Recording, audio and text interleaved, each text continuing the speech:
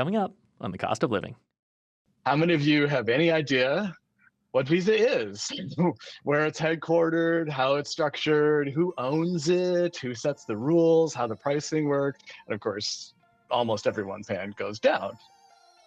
Everyone knows what a credit card is. You may have one in your pocket right now. But what do credit card companies really do? That's more of a mystery.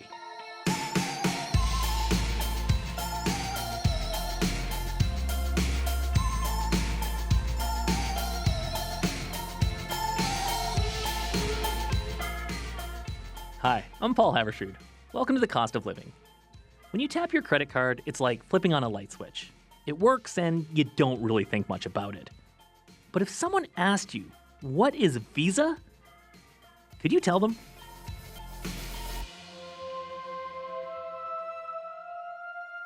Also today, when you think about nostalgia, what comes to mind? Poodle skirts, maybe the Guess Who. For a younger generation, it's Pokemon. Those little Japanese anime monsters may not feel that old, but to a 90s kid, that's childhood. And that nostalgia is turning into real money. Up first, you know what would be a fun surprise? If a big project came in under budget. But that is not the way things usually go. Pipelines, hydro dams, hospitals. Why do so many big projects always seem to get the costs so wrong?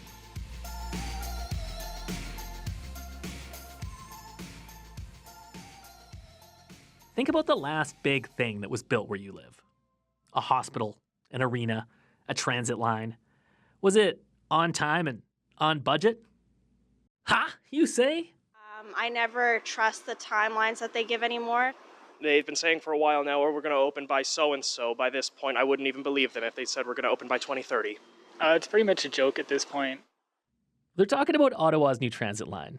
It's 2 years behind schedule and will cost more than promised. And it has a lot of company.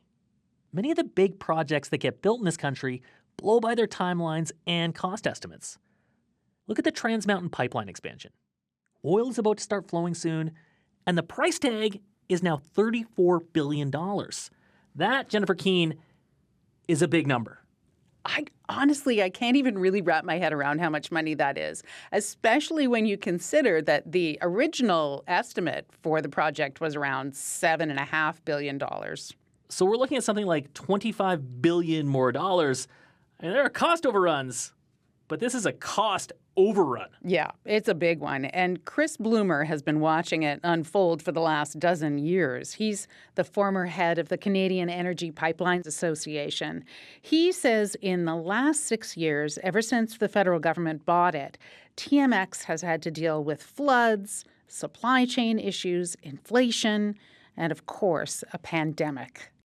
And that affected labor supply, labor cost, delays in getting equipment. And the restrictions led to terrific inefficiencies, and the cost started ballooning with respect to that. Then there were Indigenous consultations and environmental requirements. Just for example, Paul, 3 years ago, crews were clearing some land near Burnaby in BC. They'd cut down some trees. And in one of those trees was a hummingbird nest. And there were people out there, environmentalists and so on, saw the hummingbird nest, and it was within migrating season. So they had to shut down that activity on the pipeline at that point until the season was over. And that alone is estimated to cost $100 million. That's a chunk of change. I mean, all those crews, they just had to wait for like a while. Yeah, 4 months, because under the Migratory Bird Act, you cannot disturb the nest of a migrating bird, which this hummingbird was. So they had to wait till the hummingbirds flew away. But they had to move anthills. They relocated 150,000 frogs. Okay, so they're out there, they're scooping up frogs. I mean, this is labor intensive. And of course, we know that there's a labor crunch, labor costs went up. TMX had to deal with a lot of issues. But this isn't just a TMX thing. If you step back, look at mega projects in general, they seem to go over budget all the time. And you can point to these projects in just about every part of the country. I'll go from east. I'll go from east to west. So the furthest east, Muskrat Falls in Newfoundland, is a dam project that had a major cost overrun. Maddie Semiatycki is the director of the Infrastructure Institute at the University of Toronto. Here in Ontario, we have the Eglinton Crosstown, which is now significantly delayed. He says projects like this going over budget, it's been happening for decades. We have been experiencing cost overruns on projects from coast to coast to coast. It's one of the few things that binds this entire country together. So, hockey, donuts, cost overruns? But it's not just a Canadian problem. A research paper from about 15 years ago looked at a sample of 258 transportation infrastructure projects around the world and found that 9 out of 10 finished late and cost more than originally proposed. Okay, that's not great, but I also find it a bit comforting that this isn't just something that happens in Canada. Still, we see it so much. Why is this just the way of things? Well, today, Maddie says these mega projects, they're just so technical. They're like IT projects wrapped in steel. They're often built in crowded cities, if you think about transit projects, or they're built in tough terrain like TMX. But that only really explains why they're expensive and hard to do. Yeah, it doesn't really get to why they cost so much more than it was originally thought they would cost. That comes down to psychology and human nature, and what Maddie calls the optimism bias. Humans tend to be optimistic.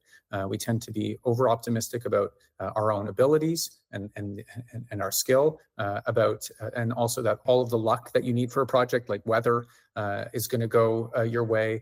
And so when those biases come to fruition on big projects, then you tend to see overruns happen. Maddie says planners underestimate the obstacles and they overestimate their ability to get things done. If you look at Muskrat Falls, the hydroelectric dam in Labrador, the estimated cost for that project was $7.4 billion. The final cost was nearly twice that much. Yeah, Muskrat Falls turned into a big financial problem for the provincial government. The federal government had to step in with billions in loans, and they held an inquiry to find out what had gone so wrong. Among other things, they found that the estimates were overly optimistic. Okay, but if we know this is a problem, why does it keep happening? Well, there's a lot of salesmanship involved in getting these big projects off the ground. Politicians need to convince voters that they're a good idea.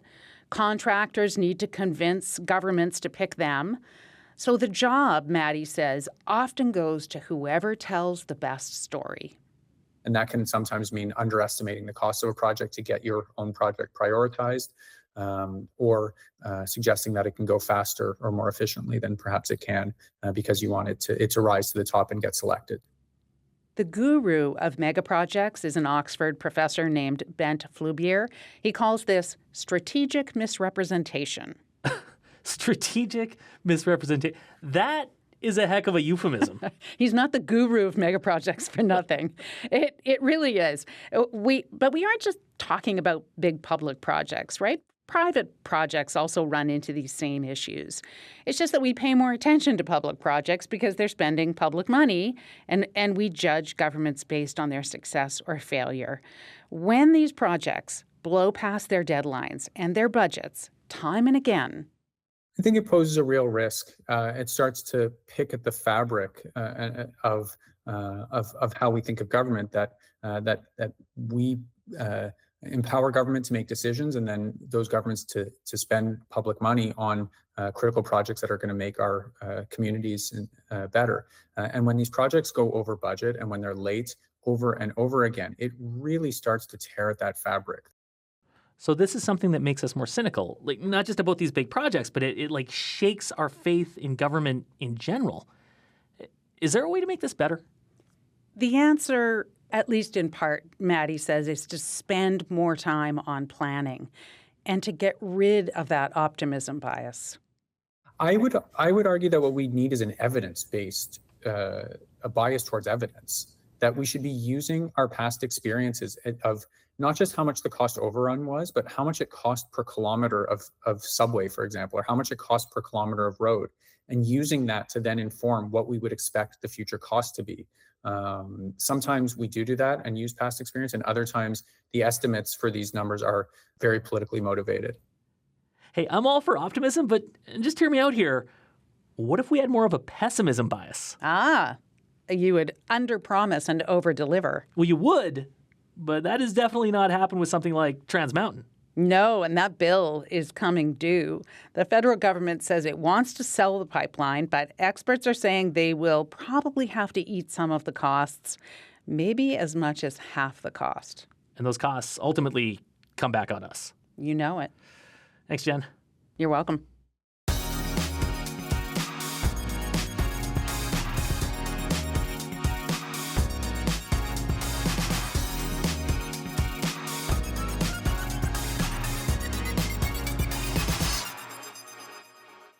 On your radio and by podcast, this is The Cost of Living. I'm Paul Haberstrood. Depending on your age, nostalgia may hit when you see James Dean, or tie-dye shirts, Bananarama. Now, for some, the peak of nostalgia is Pokemon cards. If you were a kid in the late 90s, those little Japanese anime monsters were everything. And now, those kids are grown up. They have more money than just an allowance. And Philip Dross says the tug of nostalgia makes Pokemon good business. I wanna be the very best, like no one ever was. If that song makes you want to sit in front of the TV with a bowl of Lucky Charms, you're not alone. Daniel Douse was 6 when Pokemon cards came to Canada in the late 90s. I remember going to the convenience store just around the corner and buying packs of cards. In hindsight, could have made some serious money buying sealed product back then, but the joy was just ripping the cards and having fun trading at school and, sometimes getting the better deal. As a teen, Daniel lost interest in Pokemon cards and stopped collecting. But at 30, he's back at it. Beautiful set. Like these are cards that personally I would consider putting on a wall. He keeps his most precious cards in a case that looks like it could be bulletproof. And then a couple of other ones here that are just kind of, a bit more rare from Japan. And that's because they're more valuable than you think. Probably close to $10,000, I'd say, just in this case alone. Pokemon cards are having a moment. Searches on eBay Canada for Pokemon have increased by more than 160% in the last 5 years. Companies that deal in trading cards have also seen a spike in business. Jeff Follett works at 401 Games in Toronto. He says during the pandemic, when people were stuck at home, they started dusting off their old decks. Yeah, we have a fair amount of people that go through and find their own collections in closets and end up wanting to sell some of the cards that they think are worth money. And we also get people that then find that their interest in the hobby is reinvigorated upon finding their old collections and come in to also purchase more cards from us as well. There are dozens of online forums where people talk about the money they spend collecting, and it can be a lot. This year, someone dropped 26 grand on a single card. What's pulling people back into the Pokemon vortex? It actually has a name. It's called the 30-year nostalgia cycle. So we have a time in our lives when we enjoy playing with things, when we have carefree time, when we're having the most fun of our lives. Sarah Wilner teaches marketing at Wilfrid Laurier University. And as we get older, we hearken back to those times. And by the time we're an adult, we start thinking back when things are stressful, as they are very much so now in the world, to the times that we enjoyed the most. And this is also the time that we tend to have the greatest buying power. And often for many people, it's the time when they start their own families and they start thinking, gee, what do I want my kids to have that I got to experience when I was that age? We still like the things we liked as kids. And it's not just Pokemon. Fanny packs are back. So is the Fresh Prince of Bel-Air.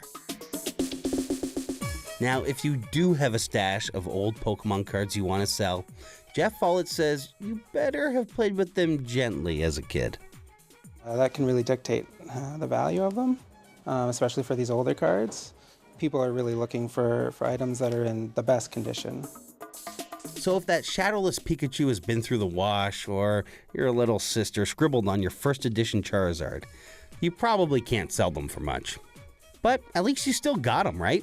And didn't make the same mistake as Daniel Doust. You mentioned you did end up selling your cards, maybe not getting the better deal. Yeah, no, you're absolutely right. 13, 14 years old when I was too cool for Pokemon. Local flea market, $50 in my pocket. I was happy, but I'm sad about it now, trust me. For the cost of living, I'm Philip Drost.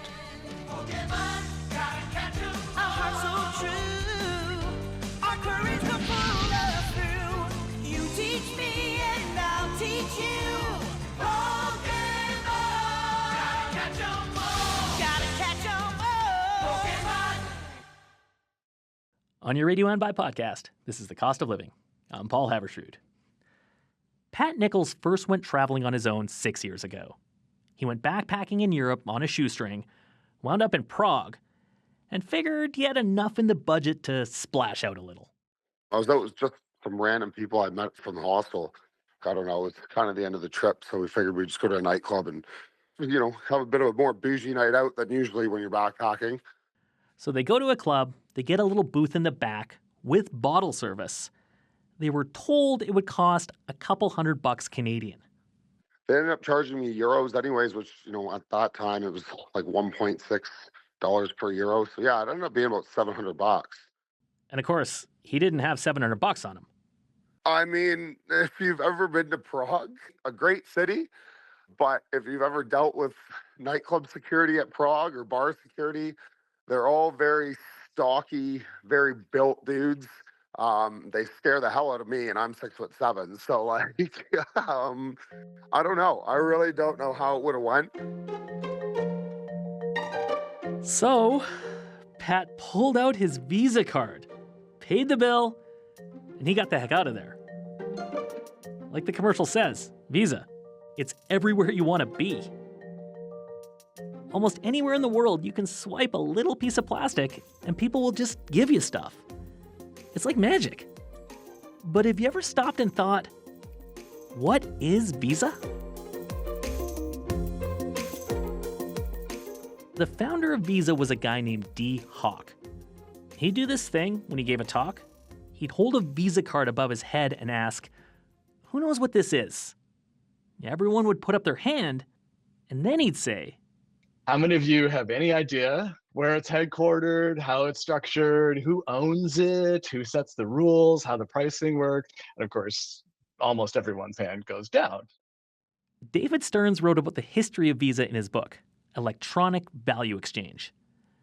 Today, Visa is the 12th most valuable company in the world. And yet, it doesn't make anything, it doesn't sell anything, it doesn't even issue cards. The banks do that.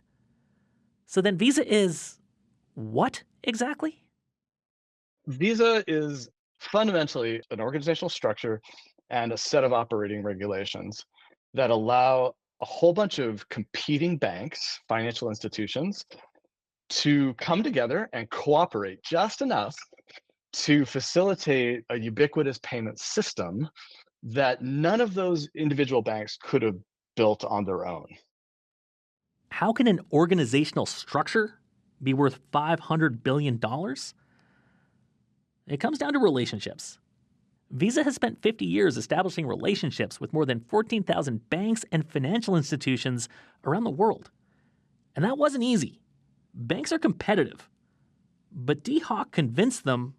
By cooperating, they can kind of bake a larger cooperative pie and enjoy their slice of that pie, and that slice will be much bigger than a pie that they could have baked individually by themselves. Visa's origins go back to 1958. At that time, banks were trying to figure out how to get credit cards off the ground. But stores didn't trust them, and customers didn't know what they were. So Bank of America did something now called the drop. It mailed 60,000 credit cards, unsolicited, to households in Fresno, California. Then it pumped money into advertising to teach people how to use them.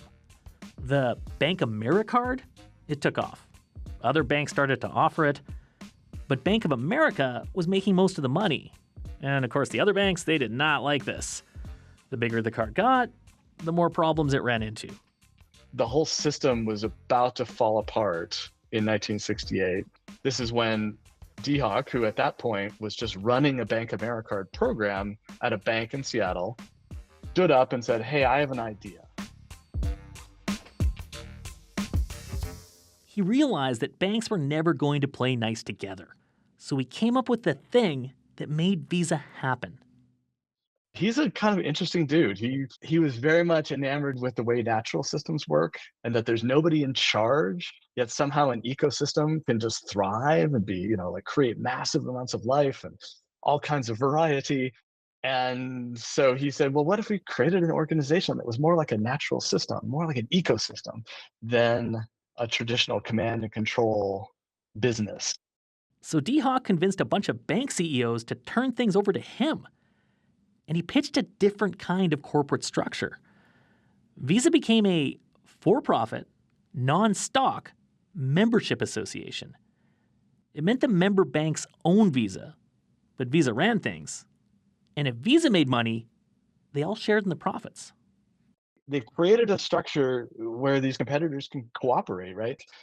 Citibank, always wanted to create their own card network, and they tried in the 70s that would be worldwide. But it's just impossible for that one bank to have done that in the 1970s. It was much more realistic if all the banks cooperated to create that ubiquity where you could just use your card anywhere. Part of why Visa can be used anywhere is because it delegates most of the work. The banks issue the cards to customers, and they sign up merchants. Visa is just the middleman that connects the money. It runs 6 data centers around the world. That's where the information gets sent when you tap your card, and then your transaction is accepted or declined. Visa, I think, runs, last time I calculated out, there were something like 4,000 transactions a second, bursting upwards towards 10,000 transactions a second when they're at kind of higher load. That works out to hundreds of millions of transactions a day. And on each one of them, merchants pay an interchange fee. It's around 1%. Most of that money goes to the banks, and then they kick back most of it to cardholders in the form of rewards. Where banks make money is when you don't pay off your card at the end of the month. That's when your credit turns into a loan. And of course, they ding you for that interest payment. As for Visa, they get a little teeny sliver of every single exchange of value that goes across their network. Visa processed more than 200 billion transactions last year. And those teeny little slivers it got on each one, oh man, did they add up. In 2008, when Visa went public, its initial public offering was the most valuable in history. So today, Visa and MasterCard dominate the credit card business. And we all know them. And for credit cards, that is key. It's why they spend so much on advertising. They're doing advertising work that none of the individual banks could really realistically do on their own, because what they're trying to do is make sure that every cardholder in the world knows that they could use that card at any merchant in the world that accepts a Visa card. And so they have to have this ubiquity, right? So that ubiquity is built in the mind of the consumer through that advertising.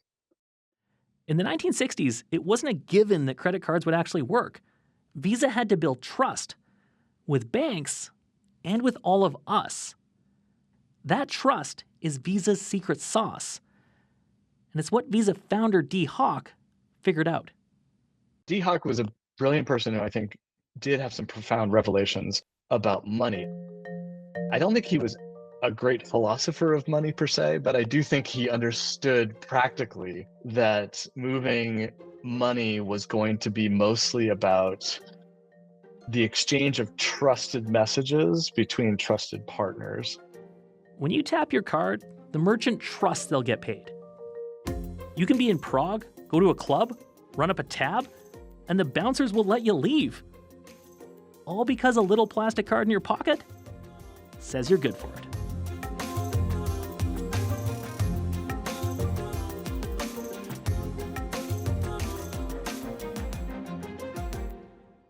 On last week's show, we talked about how store clerks will ask for your email or phone number at the checkout, and asked if this is something you mind. Hi there. My name is Rita, and I'm calling from Manitoba. Although I know it is frustrating when you're just trying to buy an item, I do think that there is absolutely no reason for anybody to be disrespectful to the person that is sitting in front of them, standing in front of them, earning minimum wage. That if they ask me for my email address, I just politely decline and be respectful about it. That's my 2 cents worth. Thank you. I don't give them my emails. I don't even give them my whole postal code because I don't want them to know where I am. So I agree wholeheartedly that this is information that's considered confidential as far as I'm concerned, and I just don't do it. Thanks. Hi, it's Bruce Wood calling. When people ask for my postal code, I give them the same one that Santa uses. What is it? Ho, ho, ho. H-O-H-O-H-O. And when people ask me for my phone number that I don't want to share it with, I give them the phone number for the atomic clock in Ottawa. So hopefully when they phone, they just get the time is. So thanks a lot. Love the show. Have a good day. Bruce has the atomic clock number memorized. All right. If you hear something on the show and want to give us a call, our number is 1-866-550-COST. That's 1-866-550-2678. Or email costofliving@cbc.ca.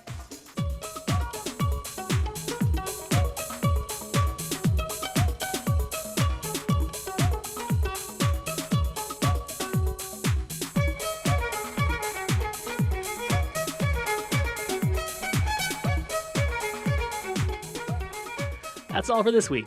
The show is based in Calgary. And thanks this week to the podcast Acquired. They asked the question, what is Visa? On a recent episode. And, you know, as it said, imitation is the sincerest form of flattery. We'd also like to give a special thanks to Philip Drost and Zenith Wolf. The Cost of Living is produced by Danielle Nerman, Ellis Cho, and Jennifer Keane, with help from Caroline the Fightin' Kangaroo Ferris. Our executive producer is Tracy Johnson.